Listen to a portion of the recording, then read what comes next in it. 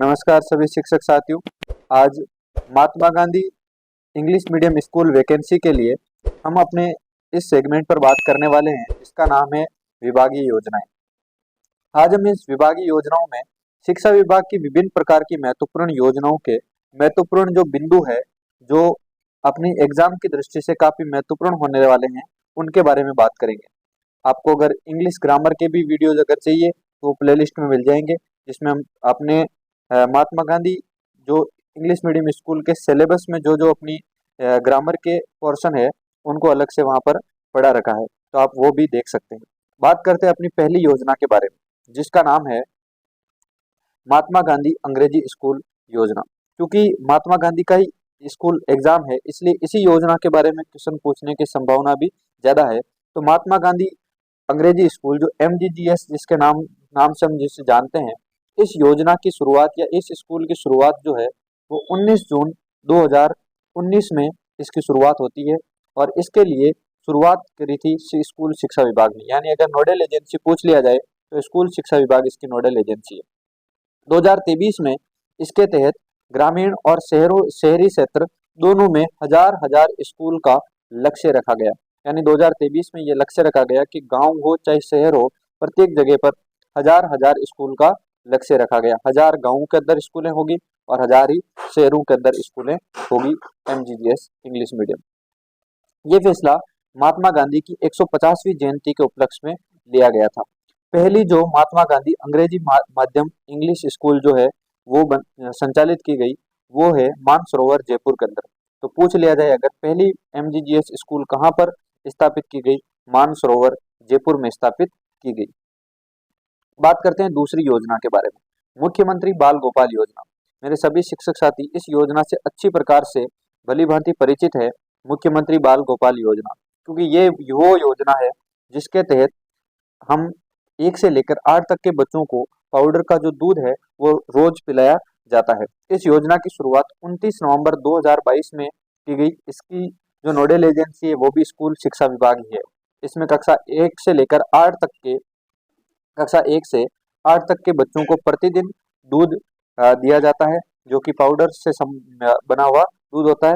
और ये दूध 1 जुलाई 2023 से देना प्रारंभ किया गया। अगर योजना पूछी जाए तो 29 नवंबर 2022, और इस योजना की शुरुआत जो हुई है वो 1 जुलाई 2023, यानी गत सत्र में इसकी शुरुआत 1 जुलाई से हो गई थी। 2022-23 का जो बजट था उसमें इसकी घोषणा की गई थी, जिसके तहत 1 जुलाई से इस कार्य को प्रारंभ कर दिया था। अब अगर इसमें बात करें तो 1 से लेकर 5 तक के जो बच्चे हैं उनको 150 ml दूध दिया जाता है, और 6 से लेकर 8 तक के जो बच्चे हैं उन्हें 200 मिलीलीटर दूध प्रदान किया जाता है। बात करते हैं नेक्स्ट योजना की, जिसका नाम है मुख्यमंत्री निःशुल्क यूनिफॉर्म योजना। इस योजना की शुरुआत 29 नवंबर 2022 को हुई, जिसके तहत 2 जोड़ी यूनिफॉर्म का कपड़ा दिया जाता है और 200 रुपये DBT वाउचर के माध्यम से गार्जियन जो है उनको प्रदान किया जाता है। इसलिए हमें आपको याद भी होगा कि यूनिफॉर्म के लिए हम बाद में जनाधार ऑथेंटिकेट करवाते हैं बार बार, उसका रीजन यही है। तो वो 200 रुपये जो बच्चों के अकाउंट में भेजे जाते हैं बच्चों के माता पिता के। बात करते हैं नेक्स्ट योजना की। अगली योजना है नो बैग डे। काफी महत्वपूर्ण योजना रही है और इससे क्वेश्चन पूछे जाने की संभावना भी ज्यादा है। नो बैग डे, इसकी शुरुआत 20 फरवरी 2020 को की गई, और इस योजना के तहत प्रत्येक शनिवार को नो बैग डे कार्यक्रम के रूप में मनाया जाए, इस बात की चर्चा की गई। यानी नो बैग डे का अर्थ है कि प्रत्येक शनिवार को बच्चे बिना बैग के स्कूल आएंगे और उस दिन खेल कूद या अलग अलग प्रकार की गतिविधि और कार्यक्रम करवाए जाएंगे। इसमें अलग अलग दिन अलग अलग कार्यक्रम या थीम के माध्यम से बच्चों की पढ़ाई या फिर बच्चों का मनोरंजन किया जाए। अगर बात करें किसी भी महीने की, तो उस महीने का जो प्रथम शनिवार है, प्रथम शनिवार में राजस्थान को पहचानो इस थीम की ऊपर कार्य किया जाए। दूसरे शनिवार में भाषा कौशल के ऊपर, तीसरे शनिवार खेलेगा राजस्थान बढ़ेगा राजस्थान, चौथा जो शनिवार है उसमें मैं वैज्ञानिक बनूंगा। और अगर किसी सप्ताह में 5 शनिवार है तो 5वें शनिवार को बाल सभा मेरे अपनों के साथ, ये थीम पर कार्यक्रम चलाया जाता है। अब बात करते हैं सबसे महत्वपूर्ण, इसमें अगर पूछा जाए तो एक तो ये थीम पूछी जा सकती है, दूसरा इस दिन जो ये थीम है, इस थीम के ऊपर जो ये कार्यक्रम है इनके नाम क्या क्या रखे गए। सबसे पहले बात करें तो प्रथम शनिवार जैसे ये है, तो इसमें जो अलग अलग है इसमें अंकुर, प्रवेश, दिशा, क्षितिज और उन्नति। 1 से लेकर 2 तक के बच्चों के लिए जो कार्यक्रम है उसका नाम है अंकुर, 3 से 5 तक के लिए प्रवेश, 6 से 8 के लिए दिशा, 9 से 10 के लिए क्षितिज और 11-12 के लिए उन्नति नाम से कार्यक्रम रखे गए हैं। अगर इसमें 2 को सम्मिलित करके पूछ लिया जाए, जैसे पूछे कि 1 से लेकर 5 तक के बच्चों के लिए कौन सा कार्यक्रम है, तो ध्यान रखना इसमें यहाँ पर भी कंबाइन हो जाएगा अंकुर प्रवेश। तो सीधा पूछ लिया जाए अंकुर प्रवेश कौन से बच्चों तक के लिए होगा, तो कक्षा 1 से लेकर कक्षा 5, तो दो को साथ में लेकर भी पूछ लिया जा सकता है। 23 अगस्त 2023 को उस समय तत्कालीन मुख्यमंत्री श्री अशोक गहलोत ने इन थीम्स का विमोचन किया था, यानी इन थीम्स की शुरुआत जो है वो 23 अगस्त 2023 को मुख्यमंत्री श्री अशोक गहलोत के द्वारा किया गया। 2024-25 की जो नई शिविरा आई है, इस शिविरा में दूसरे और चौथा जो शनिवार है उसको नो बैग डे के रूप में मनाया जाए, इसके प्रावधान कर दिए गए। ध्यान रहे 2024-25 ये जो न्यू सेशन है, इससे पहले जो पिछले सेशन जो कार्य चल रहा था उसमें प्रत्येक शनिवार नो बैग डे था, लेकिन अब प्रत्येक शनिवार नहीं होगा, केवल दूसरा और चौथा शनिवार को ही नो बैग डे के रूप में मनाया जाएगा। अगली योजना की बात करते हैं, मिड डे मील योजना। ये भी सभी शिक्षक साथी इससे भी परिचित है क्योंकि इससे हमारा रोज काम पड़ता है। मिड डे मील योजना जो है इसकी शुरुआत 15 अगस्त 1995 को की गई। इस योजना को शुरुआत करने के उद्देश्य बच्चों के नामांकन में वृद्धि करना, उपस्थिति को बनाए रखना, बच्चों की पोषण स्थिति में सुधार करना और बच्चों के सर्वांगीण विकास करना, ये इसके मुख्य उद्देश्य रहे हैं। अब इसके मेन्यू की बात करें, यानी प्रत्येक दिन क्या बनेगा। सोमवार के दिन सब्जी रोटी, मंगलवार के दिन दाल और चावल बनेगा, बुधवार को दाल रोटी और गुरुवार को खिचड़ी बनती है, शुक्रवार को बाटी के साथ में बाटी के साथ में दाल या फिर रोटी के साथ में दाल बनती है, शनिवार को रोटी सब्जी फिर से बनती है। तो ये पूरा मेन्यू है जो कि फॉलो किया जाता है। तो मिड डे मील का मेन्यू भी पूछा जा सकता है। इसी के तहत फल वितरण भी किया जाता है बच्चों में, जो कि सप्ताह में एक बार किया जाता है। ज्यादातर संभवतः ये होता है कि मंगलवार के दिन ये कार्य किया जाए, लेकिन इसका कोई फिक्स नहीं है, आप किसी भी दिन हम फलों का वितरण कर सकते हैं। सप्ताह में एक बार फलों का वितरण किया जाए। अगली महत्वपूर्ण योजना की बात करें तो अगली योजना है ई कक्षा कार्यक्रम। अगर बात करें ई कक्षा कार्यक्रम की, तो इसकी शुरुआत 15 अक्टूबर 2020 को की गई, जिसमें कक्षा 1 से लेकर 12 तक के जो बच्चे हैं उनको डिजिटल माध्यम से शिक्षा प्रदान की जाए। इसके लिए हमें जो हमारे कंप्यूटर दिए जाते हैं हमारे स्कूलों के अंदर, उसमें मिशन ज्ञान जो ऐप है वो डाउनलोड कर रखा होता है, जिसके माध्यम से वीडियो देखे जा सकते हैं, टेस्ट दिए जा सकते हैं और अलग अलग जो कंटेंट है वो भी देख सकते हैं। जो विशेष बच्चे हैं CWSN वाले, उनके लिए भी ई कक्षा पर कंटेंट उपलब्ध है। नेक्स्ट योजना की बात करते हैं, पालनहार योजना। पालनहार योजना जो है इसकी टैगलाइन है सशक्त नागरिक खुशहाल राजस्थान। तो टैगलाइन भी पूछी जा सकती है, महत्वपूर्ण है टैगलाइन। पालनहार योजना की टैगलाइन सशक्त नागरिक खुशहाल राजस्थान। इस योजना की शुरुआत 2004-05 में हुई थी। इसका जो विभाग है वो है सामाजिक एवं अधिकारिता विभाग, सामाजिक न्याय एवं अधिकारिता विभाग पालनहार योजना का विभाग है। अब बात करते हैं पात्रता की। बच्चे की आयु 18 वर्ष से कम होनी चाहिए और परिवार की वार्षिक आय 1.20 लाख रुपए से कम होना चाहिए। ये बहुत महत्वपूर्ण है क्योंकि ज्यादातर योजनाओं में वार्षिक आय 2.50 लाख होती है, लेकिन यहाँ पर 1.20 लाख से कम आय वाले जो परिवार है उनको इस योजना का लाभ मिलता है। आवेदक जो है वो आवेदन करने की तिथि से कम 3 वर्ष से राजस्थान में रह रहा हो, यानी कम से कम 3 साल से वो राजस्थान में रह रहा हो, वो आवेदन कर सकेगा अगर बच्चे की आयु 18 वर्ष से कम है। और इसमें ऑब्वियसली बात है, पालनहार योजना का जो लाभ है वो उन बच्चों को प्रदान किया जाता है जिनके माता पिता में से कोई एक नहीं है या दोनों नहीं है, या HIV एड्स से संक्रमित माता पिता की जो संतान है, या फिर अन्य किसी भी प्रकार से न्याय के द्वारा अगर किसी के माता पिता को कारावास हो रखा हो, किसी को भी दोनों में से, तो ऐसे बच्चों को इस पालनहार योजना का लाभ प्रदान किया जाता है, जिसमें बच्चे का जो भी सबसे नजदीकी रिश्तेदार होता है उसको बच्चे का पालनहार बनाया जाता है।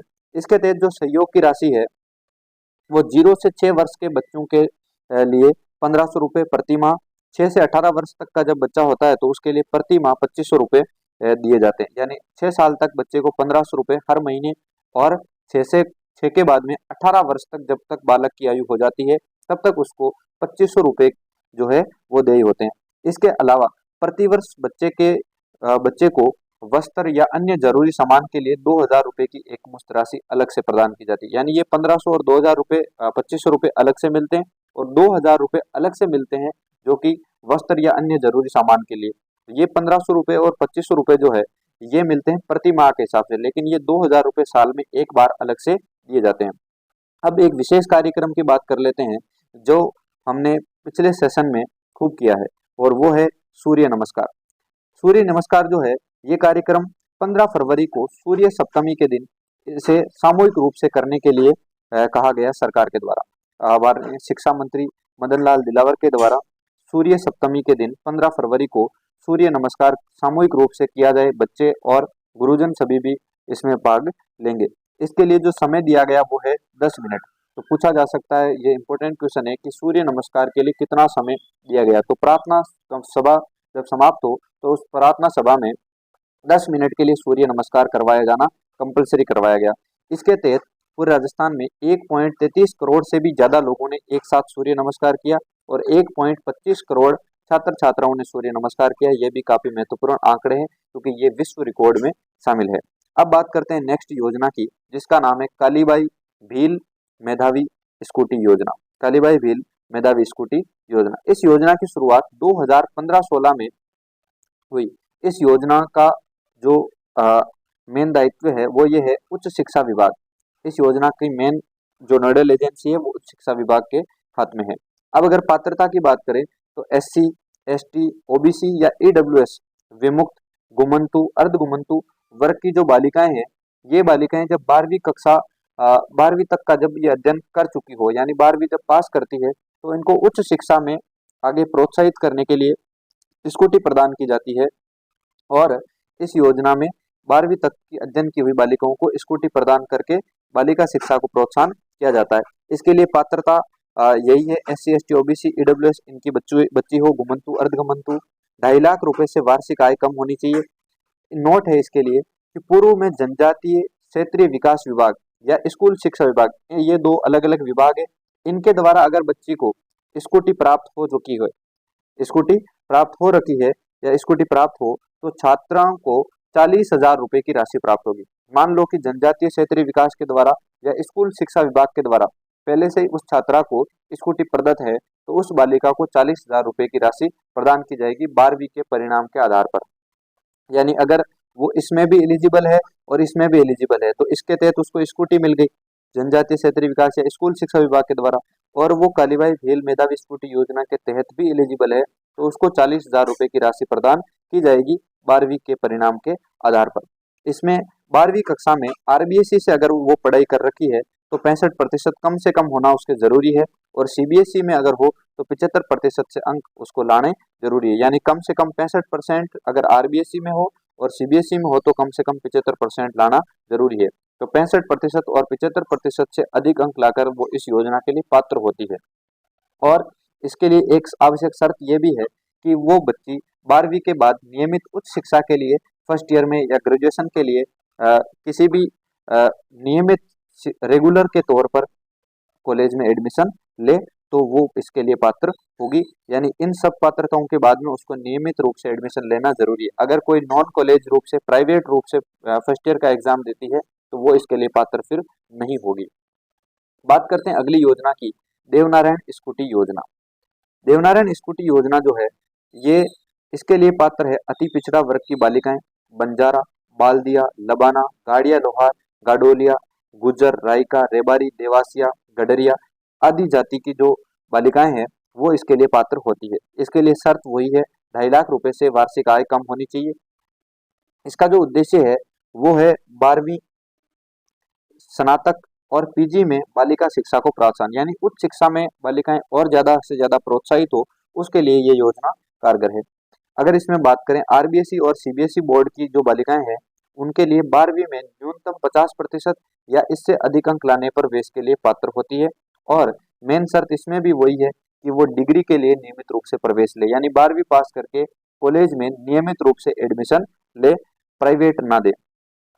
नोट एक इम्पोर्टेंट इसका कि 2023-24 में जो बजट आया उससे पहले स्कूटियों की संख्या जो बांटी जाए उसकी संख्या थी 20,000, जो कि 23-24 वाले बजट में बढ़ाकर 30,000 कर दी गई। ये भी काफी महत्वपूर्ण तथ्य है। यानी पहले 20,000 बालिकाओं को स्कूटियां प्रदान की जाती थी, अब जो स्कूटी प्रदान करने की जो संख्या है वो 30,000 कर दी गई है। यानी जो टॉप के अंदर 20,000 रहती, अब टॉप में 30,000 रहने वाली बालिकाओं को स्कूटी प्रदान की जाएगी, जो इन समुदायों से संबंधित होती है।